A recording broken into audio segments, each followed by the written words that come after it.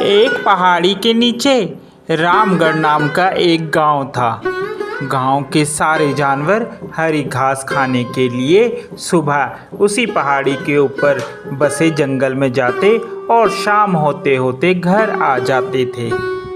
हर दिन की तरह लक्ष्मी नाम की एक गाय अन्य गायों के साथ उस पहाड़ी के जंगल में घास खाने के लिए गई थी।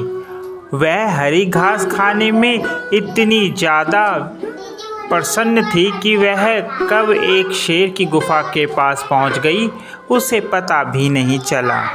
वहीं गुफा में शेर सो रहा था। अचानक उसको गाय की गंध सुंघाई दी। अरे वाह, आज 2-3 दिन से मैं भूखा हूँ, आज मुझे गाय को खाने को मिलेगा। वह गाय को देखकर बहुत खुश हुआ।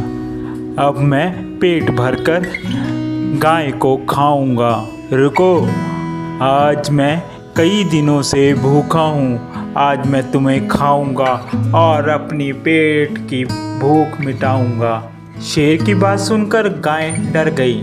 नहीं शेर महाराज, ऐसे मत करिए शेर महाराज, मेरे छोटा सा बच्चा है, वह अभी मेरा दूध पीकर ही जीवित रहता है, आप कृपा करके मुझे मत खाओ।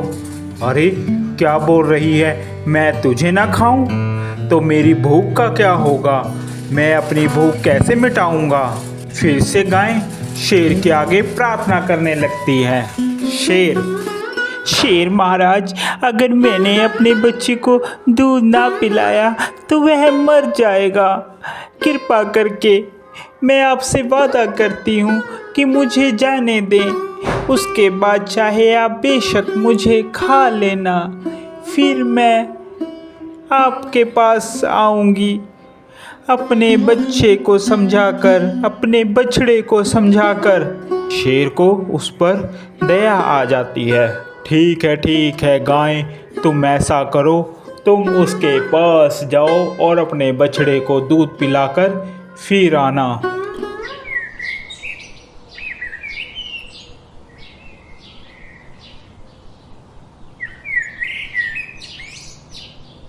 फिर अपने गांव चली जाती है और अपने बछड़े को दूध पिलाती है।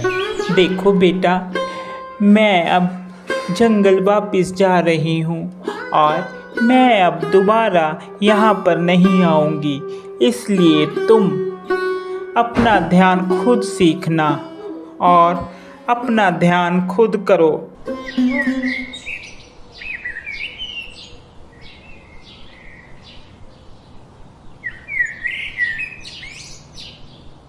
वादे के मुताबिक दूसरे दिन गाय फिर से शेर की गुफा में जाती है। शेर महाराज, कहाँ हैं आप शेर महाराज? अरे गाय, तुम आ गई? हाँ महाराज, मैंने आपसे वादा किया था, मैं अपने बछड़े को समझाकर आई हूँ और कहा है कि तुम अपना ध्यान खुद ही रखना। शेर गाय की इस बात पर बहुत खुश हुआ और देखते ही देखते वह एक देवता बन गया। उसने कहा, मैं शेर नहीं हूँ, मैं एक देवता हूँ। मुझे तुमने जो मुझसे वादा किया, तुमने वह वादा निभाया और अपने बच्चे की परवाह किए बगैर तूने अपना वादा निभाया। मैं तुम्हें वरदान देता हूँ कि तुम्हें आज के बाद सभी गौ माता कहेंगे। इसके बाद से सब उसको गौ माता कहने लगे। तो प्यारे बच्चों, आपको हमारी यह स्टोरी कैसी लगी? अगर अच्छी लगी हो तो हमारे चैनल को सब्सक्राइब करें, शेयर करें और लाइक करें। Thank you for watching.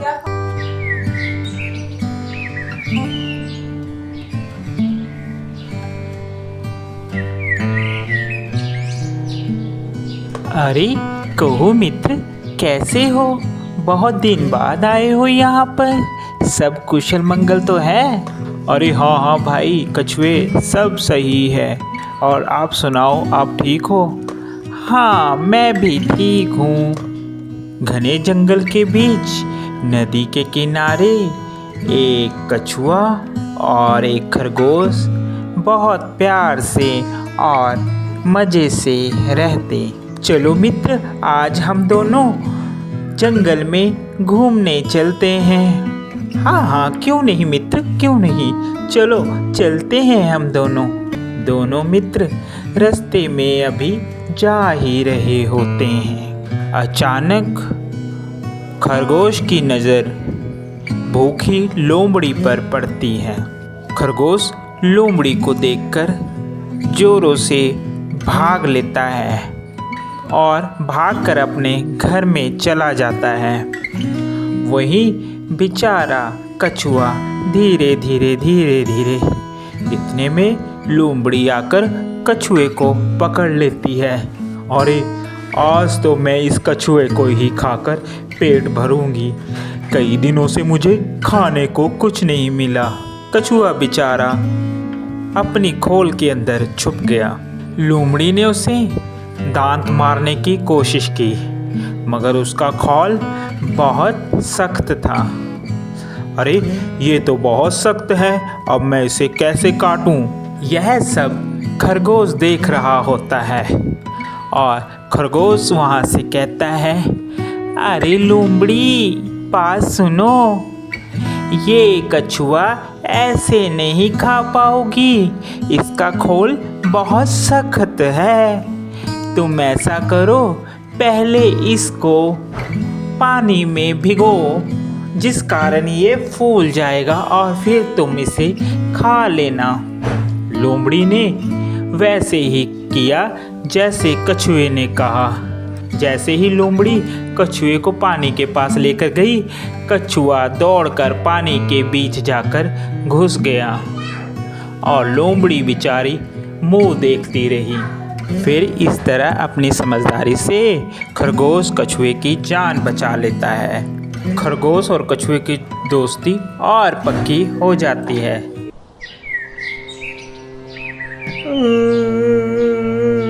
मेरा कोई भी मित्र नहीं है, मैं अकेला हूँ।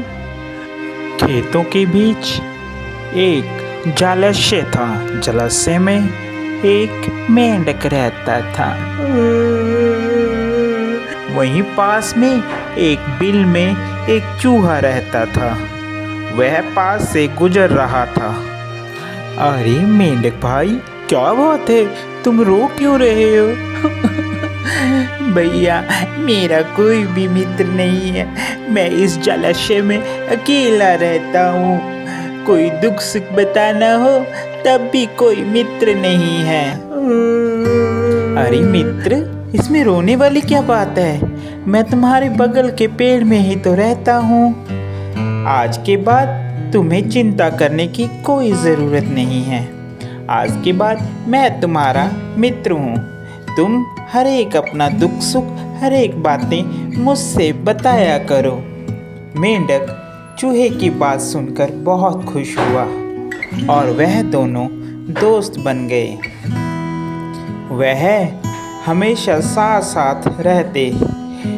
कभी भी ज़रूरत होती तो मेंढक चूहे की बिल में चला जाता और चूहा भी उससे मिलने जलाशय के पास चला जाता। एक दिन मेंढक के मन में आया, जब देखो मैं ही चूहे के घर में जाता हूँ, आज क्यों ना मैं चूहे को भी अपने घर बुलाऊं। मगर चूहा तो मेरे घर आता ही नहीं है।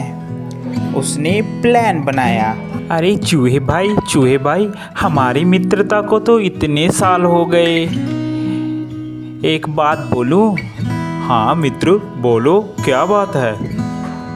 मित्र, मैं सोच रहा था क्यों ना हम दोनों अपने पैरों में रस्सी बांध लें। एक रस्सी तुम्हारे पैर में और एक रस्सी मेरे पैर में, जिससे कभी भी मुझे ज़रूरत पड़ेगी तो मैं खींचूंगा तो तुम बाहर आ जाना, और जब आपको कभी ज़रूरत पड़े तो आप मुझे खींच लेना।